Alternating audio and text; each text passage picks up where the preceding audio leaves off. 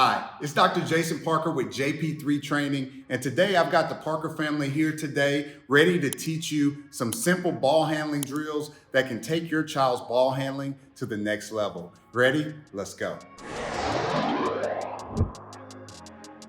So ball handling is a fundamental focus of every single player that picks up a ball.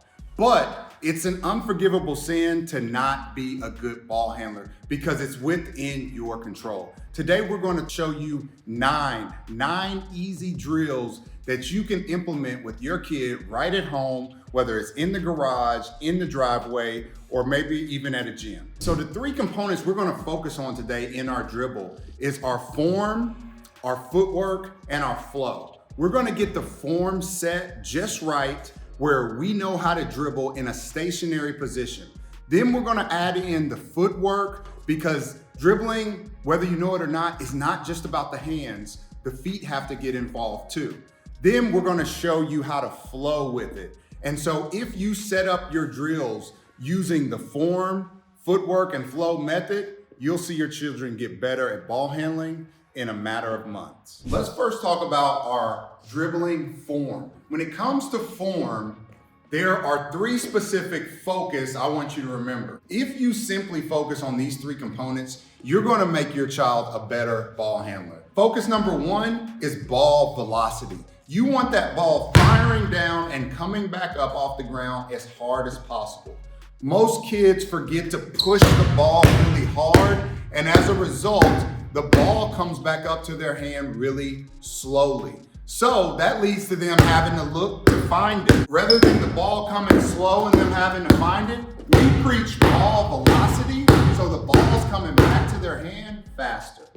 The second focus you're gonna have in your form is to always keep the hand on top of the ball. Okay, I see so many kids do what I call the pancake, where they're turning the dribble down to up every time they catch it. And so they're actually holding the ball and then dribbling. Now this is different than a cuff because a cuff is important, but a cuff is on the side and a cuff is gonna unlock a second level of ball handling that we're just not gonna deal with today because this is a beginner tutorial. So for all ball handling needs, remember to focus on your kid keeping their hand on top of the ball. When that comes into play is really when we're switching from hand to hand. A lot of times we'll switch and kids will be bottom, pancake, switch, bottom, pancake, or switch, pancake, okay? If my hand's on top and I'm preaching ball velocity, once it goes to the other hand, I'm gonna push down, boom, boom, and I can get quicker if I keep my hand on top. So ball velocity and hand on top. The last focus of your form is quite simply the dribble pocket. This is the correct height that we want that dribble to stay, is right at hip height, okay? So a lot of kids come and do this and they're really good, really low, but you're not able to play that low. This is not a shooting position from this low. This is not a good passing position. This is too high, up above our shoulders. And when a lot of kids get going fast, they lose the ball and it gets up here, okay? So we always want to preach hip height. So no matter what, my hands are gonna push down from my hips, my hand's gonna stay on top of the ball, and my velocity is always gonna be fast. Okay, so now to our drills. Our first drill in the form category is gonna be a simple low, mid, high dribble. I've got Jason and Sydney here to help me today, but I'm first going to demonstrate what we're gonna do. They're gonna be using heavy balls because I love to start our drills with heavier balls to just get their forearm and finger strength to the next level. All this drill is gonna be is 1, 2, 3, 1, 2, 3, 1, 2, 3. So we're gonna go from ankle height to hip height to shoulder height. And I know I said we always are gonna preach hip height, but in this particular drill, we're just gonna flow through the movements in order to develop a better range of motion.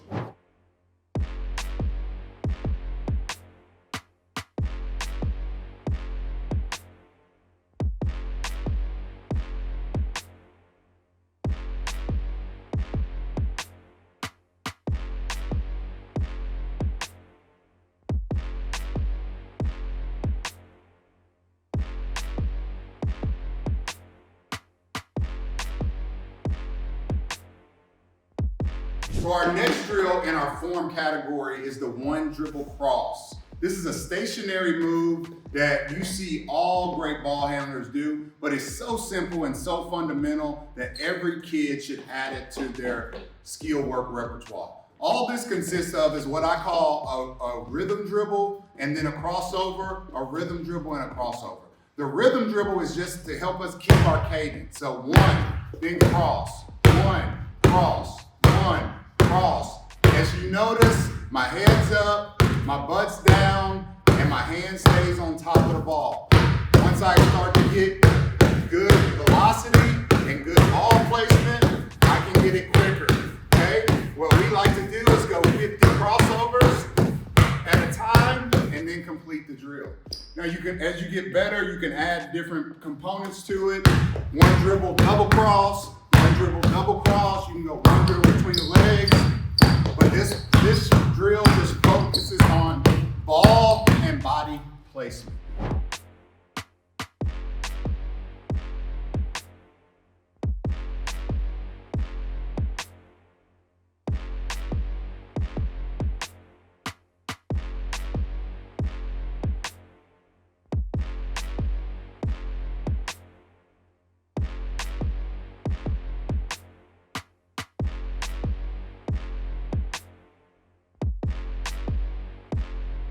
Now, our last drill in our form category is something I like to call machine gun. We're gonna take two balls and we're gonna be in one spot. We're gonna start with 3 pounds with both balls. 1, 2, 3.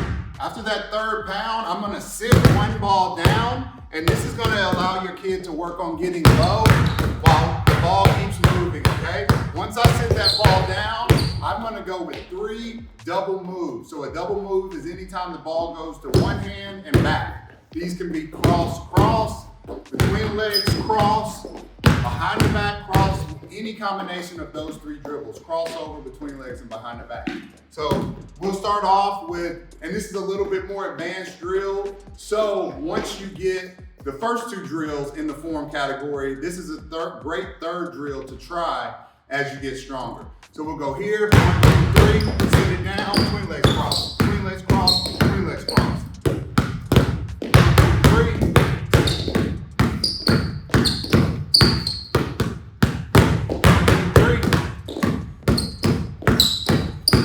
3 times.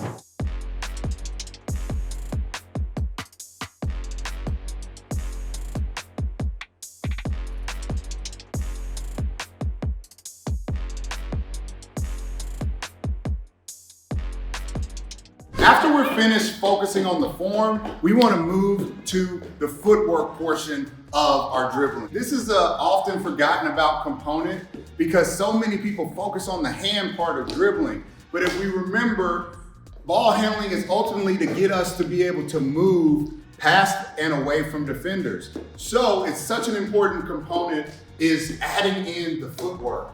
We're going to show you 3 drills on a ladder to get your kids moving.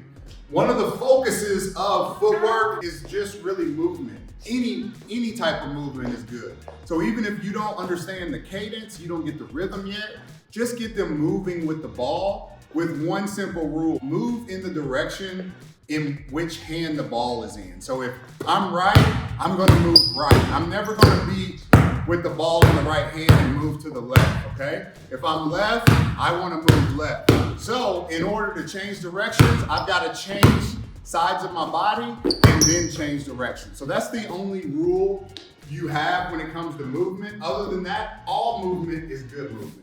So we're gonna start off with a simple ladder drill. We wanna get the feet just pitter-pattering, okay? The more you can teach a pitter-patter, the more you're teaching quickness and shiftiness, okay? So again, going back to our rhythm dribble from our form category, when we were just one dribble cross, we're just gonna work on ball placement, hitting right outside that ladder every time.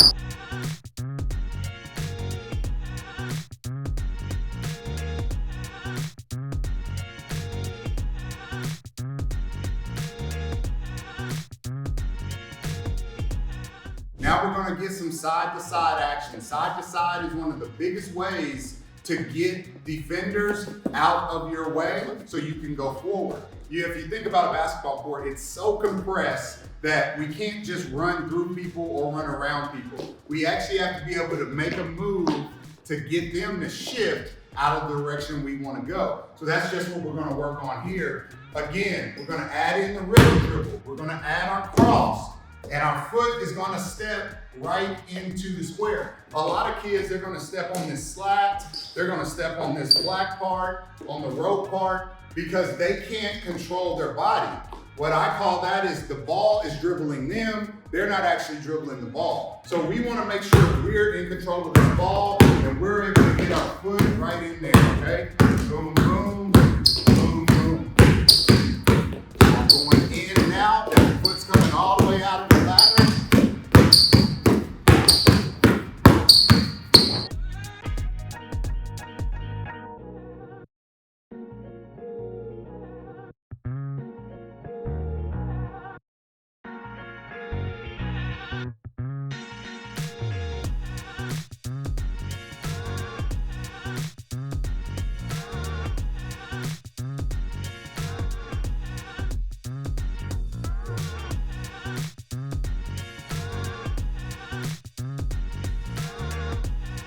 Now the third dribble is always the hardest. Our last dribble for the Footwork series is going to be a between the legs with a shift afterwards. In this drill, you're going to focus on ball placement. So many times we're going between the legs, kids won't think they can throw it anywhere. So they want to hit right in this ladder, or they want to hit maybe in the middle. Every single time, there's got to be a precision on where that ball is hitting on the floor underneath them. And so this drill, this ladder is a great gauge of that. So we're gonna go between the legs and shift. In this drill, you're gonna use a little bit of a cuff, which I know I talked about keeping your hand on top, but this will be good for kids to learn how to eventually cuff the ball. So between the legs, outside the ladder, with the rhythm dribble, and this will get your kids really good and shifting.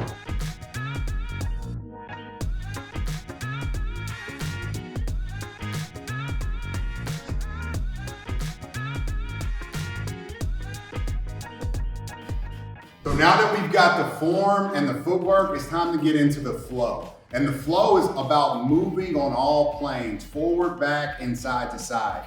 So many young athletes can only go forward. Maybe some can do the second level and retreat from the defense, but most athletes, some even at the high school and college level, can't flow from side to side with the ball. So in these drills, it's all about moving on all planes. As I said in the footwork portion, all movement is good movement as long as you're moving in the direction of the hand which the ball is in. So with that being said, let's get into some flow work. Our first drill is going to simply be a push-pull movement. And so we're going to work on pushing. And what I like to focus on, like I talked about earlier, is a little pitter-patter with the steps, okay? So instead of having dead feet, I want to have pitter-patters that match the ball, okay? Once I get here, I'm going to do a double move, okay? I'm going to choose between legs, then I'm going to push. Between legs, then I'm going to pull. Between legs, then I'm going to push. Between legs. On this drill, I like to add a pass. So they'll pass it to me, they'll get a ball, and then they'll go make their layup. Then they'll do it again, okay? So just to show it to you one more time, you're gonna try to extend and get as much space as you can. Even if you're working in a small area, it's important that you don't just start the drill here, okay? Because that's very unrealistic. In a game, you're gonna be pushing down towards the defender. Push.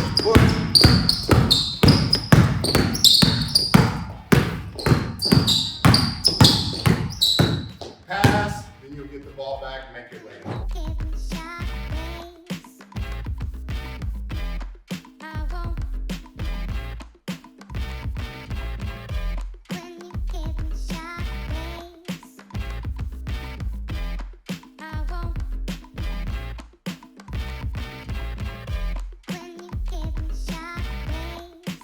So the second drill in our flow category is what I like to call the typewriter. And instead of working on forward and back like the push and pull, it's more about the side to side. This is important wherever kids have to get their head up wait and read the offense or wait to see what's going on. And so we're simply gonna add all of our motions and rules from before: velocity, hand on top of the ball, and hip height of our dribble. And we're gonna flow from side to side, okay? So all we're gonna do is flow. The feet as well as the chest should be facing forward. Then I'm gonna go behind the back. Behind the back, behind the back. So I'm just working on flowing. I shouldn't be looking for a slow ball. It should not be in front of me. It should be in my hip. And you can obviously add anything you want to this. So we can do those 3 dribbles. We can go 1, 2, 3, and change the rhythm up, okay? But we're basically focusing on the flow of side to side.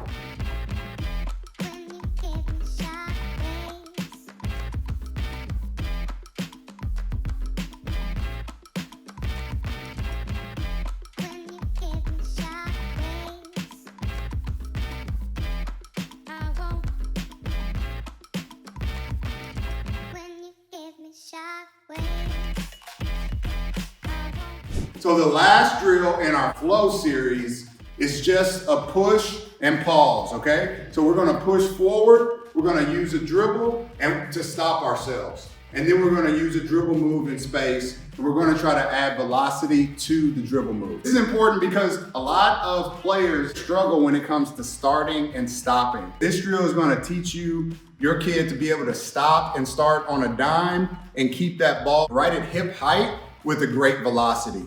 Also, it's going to allow them to learn how to change speeds at a moment's notice.